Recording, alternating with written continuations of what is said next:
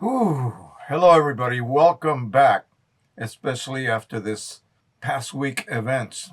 If you guys have been following what has been going on, you know what we went through here. By that, I mean me, my channel, and many of you who noticed what was happening. Anyway, pardon me. We are back full force. We're going to talk a little bit about EPSON printers. Yes, imagine that I'm going to actually discuss EPSON printers. The reason being is a lot of people are having problems, especially those lucky owners of EPSON printers that live in Europe and other parts of the world where you are allowed to use third-party refillable products. In other words, you have refillable cartridges that can be actually reset, unlike us here in the US. And so therefore, you are way ahead of us as far as luck compared to us. But let me tell you what can happen if you are not really careful. And a very, very well-known company owner just recently had this happen to him. R3000 basically ran out of ink because he failed to do this. It ran out of ink and got air in the ink lines. We'll discuss about how that can happen if you are not really super careful. Now, in the US, we can fill the R3000, we can refill the P600, we can refill the P400.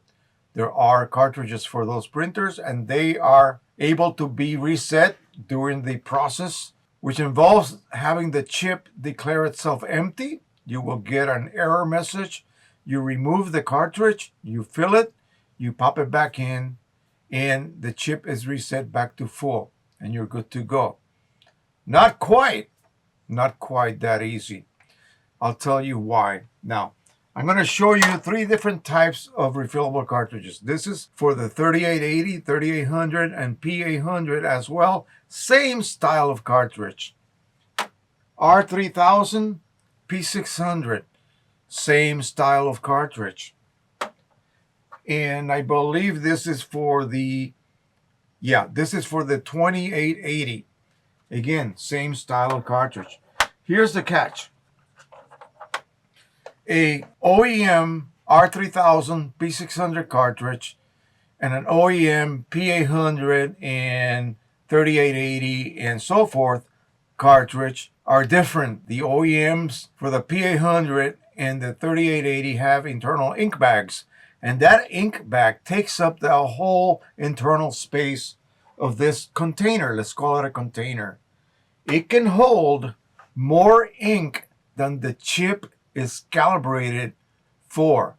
So the chip goes empty by whatever method and calculation that it uses, the printer that is, but you always have ink left in the bag, approximately 10 ml of ink. That bag will never collapse. If it collapses and causes an internal massive vacuum condition, you could damage your printer. So that's why they include an extra 10 ml of ink. That way the bag, even though it is declared empty by the chip, never really reaches that point of being absolutely empty. Same thing with these for the R3000 P600. Internally, there will always be ink left. And I know a lot of people get upset about that. Yeah, too bad. You have to have some ink left. Otherwise, you will introduce air into the ink lines. These are all stationary cartridge printers. They have a ribbon of lines bonded together for each color. They send ink to the printhead that way. You cannot have air entering those lines. They have to be full of ink. Now, here's what happens. And what a lot of people run into because they don't realize one very important thing. Internally, there is no ink bag. Remember, there are some walls and there are some compartments. This cartridge is compartmentalized. Okay, it has space for the ink to live in. It has support for the outer walls to not, bow in and out because these cartridges are pressurized. And there are priming chambers built in. The priming chamber creates a sort of a siphon effect just like when you suck fluid out of a hose and then it begins to flow automatically until you decide to raise the end above the level of that liquid. Well, the same thing is happening internally. So there's a lot of little walls, compartments that are taking up what? They're taking up space that would normally be occupied by ink. It's a long explanation for one thing. These cartridges do not hold the same volume of ink as an OEM cartridge, but the chip is calibrated for that. This cartridge does not hold the same amount of ink that an OEM cartridge holds, but the chip is calibrated for that. This cartridge, the same thing. I'm not going to repeat it again. So the cartridges hold less ink than the chip is calibrated for. If you just simply count on the chip to, tell you, hey, I'm empty, it's too late. You have been empty. You have been empty a while ago. And in the case of these two right here, that actually are stationary, you have now introduced air into the ink lines. Sorry, that is a huge problem.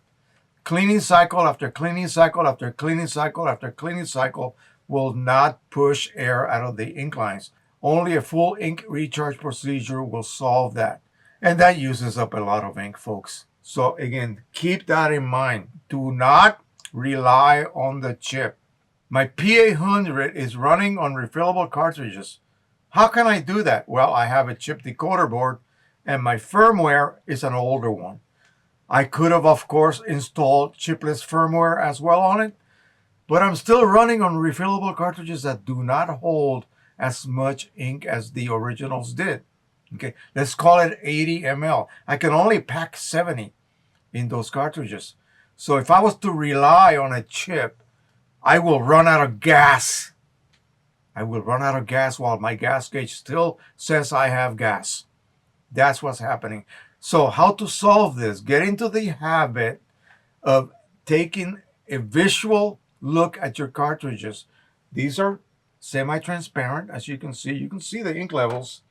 And get into the habit of topping everything off back to full when they reach about half.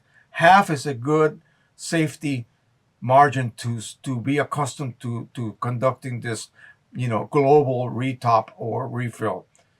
Always do that, and don't ever physically run out of ink just because the chip says you still have ink.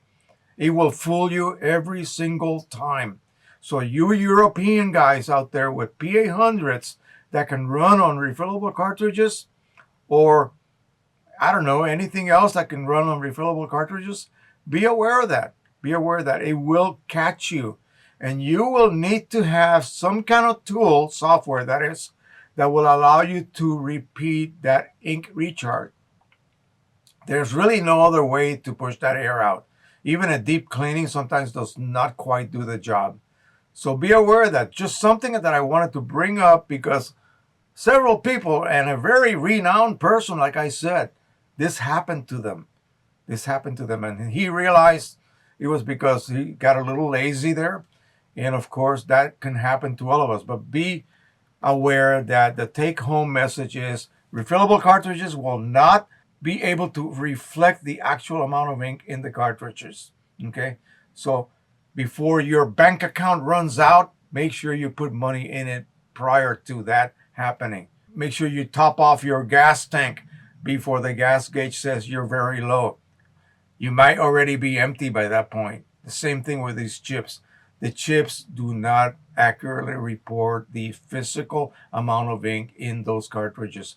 So you got to be a step ahead, okay? That'll be all for now. And again, thank you guys for all of the support. You guys did not go away. You're still here backing me. And this is awesome because that just gives me the impetus to continue doing what we do here. Thank you so much. Don't forget to subscribe, share, and like. And as always, happy printing, everyone, and refilling. Bye-bye.